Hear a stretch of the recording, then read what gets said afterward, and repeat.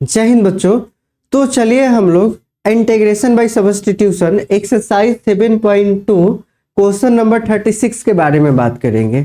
ठीक है, तो क्वेश्चन गिवन है integrate the functions x plus 1 x plus log x का होल स्क्वायर बाई x। इसको हम लोगों को इंटीग्रेट करना है। तो सबसे पहले हम लोग क्वेश्चंस को लिखेंगे। तो चलिए क्वेश्चन लिखा जाए x plus 1 into x plus log x की whole square by x d x. Okay, अब यहाँ पे समझना है क्या कि इंटीग्रेशन बाई सब्स्टिट्यूशन में एक फंक्शन का डेरिवेटिव ऑलरेडी इस इंटीग्रेशन में प्रेजेंट रहता है। ठीक है, तो ध्यान से जब देखेंगे तो x प्लस लॉग एक्स को जब t सब्स्टिट्यूट करेंगे तो यहाँ पे 1 प्लस 1 बाई एक्स बनेगा, 1 प्लस 1 बाई एक्स, और यहाँ पे ऑलरेडी x प्लस 1 बन रहा है और डिनोमिनेटर में x बन रहा है ना। तो समझिएगा जरा ध्यान से, जैसे सब्स्टिट्यूट करेंगे तो पता चलेगा आपको। ठीक है ना, तो पुट कर लिया जाए x plus log X equals to T. तो x का डेरिवेटिव हो गया 1 प्लस लॉग एक्स की हो जाएगी 1 by X equals to D T by D X. Then x into 1 x plus 1 by X equals to D T by D X. अब ध्यान से समझिएगा, x प्लस 1 बाई एक्स वाला टर्म आपको बनता हुआ दिख रहा है ना। x प्लस 1 बाई एक्स वाला टर्म बनता हुआ दिख रहा है, बिल्कुल बनता हुआ दिख रहा है। तो अब यहाँ से हम लोग dx को सेपरेट कर लेंगे। ओके, तो x तो मल्टीप्लाई हो जाएगा x D T by x plus 1। Okay, अब समझना आपको क्या है कि देखिए ना, एक फंक्शन का ऑलरेडी डेरिवेटिव यहाँ पे प्रेजेंट था ना, x प्लस 1 बाई एक्स यहाँ पे ऑलरेडी प्रेजेंट था। तो चलिए अब यहाँ पे रिमूव करते हैं फंक्शन को। तो x प्लस 1 का x प्लस 1 ही रखेंगे हम लोग। x प्लस लॉग x को हम लोग t सब्स्टिट्यूट करेंगे। देन यहाँ पे बना t to the power 2 by X into इस dx को हम लोग सब्स्टिट्यूट करेंगे x dt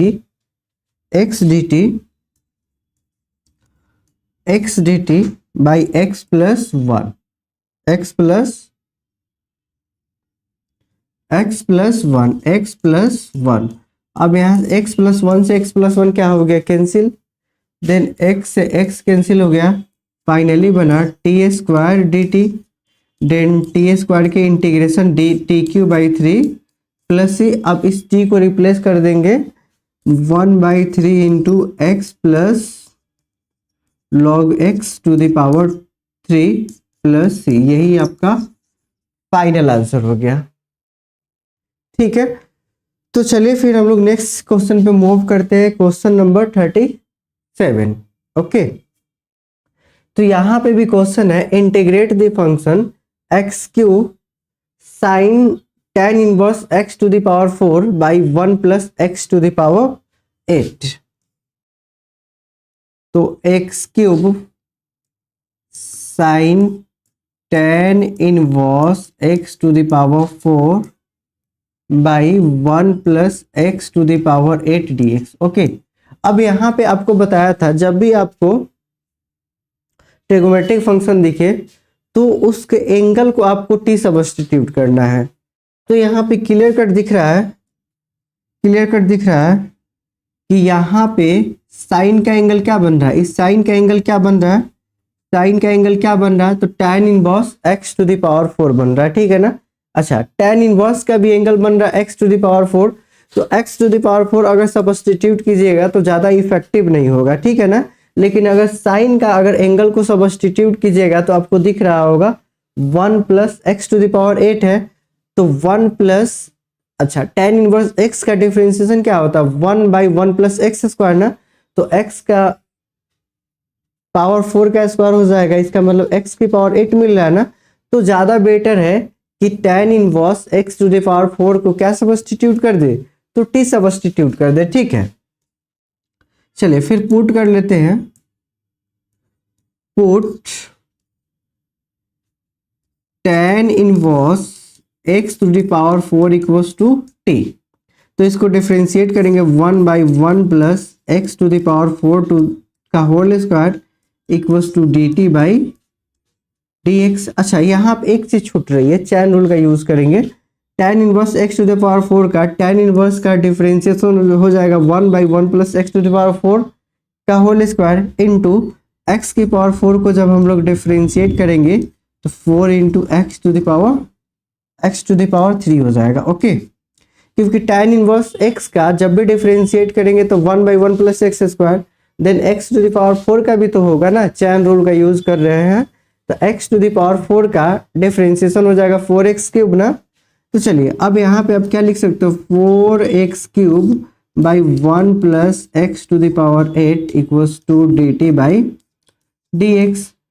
तो यहाँ पे हम लोग dx लिखेंगे 1 plus x to the power 8 ना इंटू dt, तो 1 plus x to the power 8 dt by 4x cube. Okay, अब यहाँ पे चलिए सब्स्टिट्यूट कर देते हैं, तो integration of x cube sine इस फंक्शन को क्या माना है, तो t माना है, by 1 plus x to the power 8 into dx को सब्स्टिट्यूट करेंगे 1 plus x to the power 8 by 4x cube dt। Okay, अब यहाँ पे 1 plus x to the power 8 cancel हो गया, देन एक्स क्यूब से एक्स क्यूब कैंसिल हो गया। अच्छा, बाई 4 है तो 1/4 कांस्टेंट इंटीग्रेशन से बाहर निकाल दिया तो बना साइन t dt। अब यहाँ पे हम लोग जानते हैं साइन t की इंटीग्रेशन कॉस t होती है, वो भी नेगेटिव में, तो यहाँ पे क्या लिखा जाए, minus cos t plus C, तो 1/4 माइनस को बाहर निकाल दिया, कॉस और t को सब्स्टिट्यूट कर देंगे फिर से tan inverse x to the power 4, तो tan inverse x to the power 4 plus सी, यही आपका फाइनल आंसर हो गया। ठीक है, आ गया होगा समझ में। ठीक, तो चलिए क्वेश्चन नंबर, अब हम लोग बात करते हैं 38। तो 38 जो क्वेश्चन है एमसीक्यूज टाइप क्वेश्चन है, तो यहाँ पे आपको बताना है कि चारों ऑप्शन में कौन सा ऑप्शन सही है। तो बड़ा आसान क्वेश्चन है, यहाँ पे तो आपको सिंपली दिख रहा होगा कि अगर x की power 4 x to the power 10 plus 10 to the power x को जब डिफरेंशिएट करेंगे तो नॉमिनेटर वाला फंक्शन मिल रहा है ना। तो चलिए पहले सब्स्टिट्यूट करके बना लिया जाए, put x to the power 10 plus 10 to the power x equals to t, तो x टू द पावर 10 की डिफरेंशिएशन हो जाएगा 10 into x to the power 9 plus 10 to the power x का डिफरेंशिएशन हो जाएगा 10 to the power x into log 10 equals to dt by dx।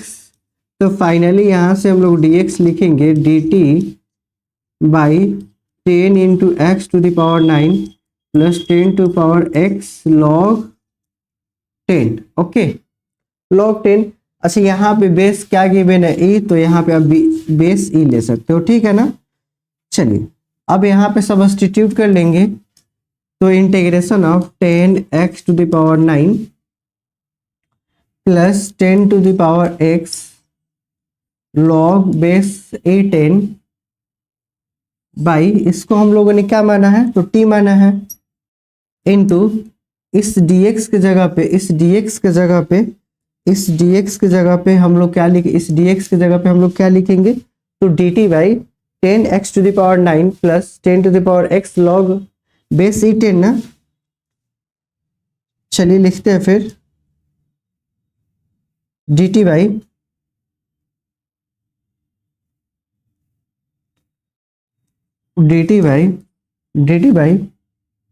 10x to the power 9 plus 10 to the power x log base e10। Okay, अब यहाँ पे function और function कटता हुआ दिख रहा होगा ना।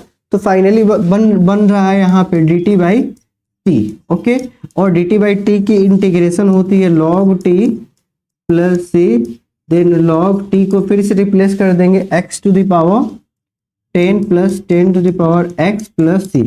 तो चलिए देखते हैं कौन सा ऑप्शन सही होता हुआ दिख रहा है।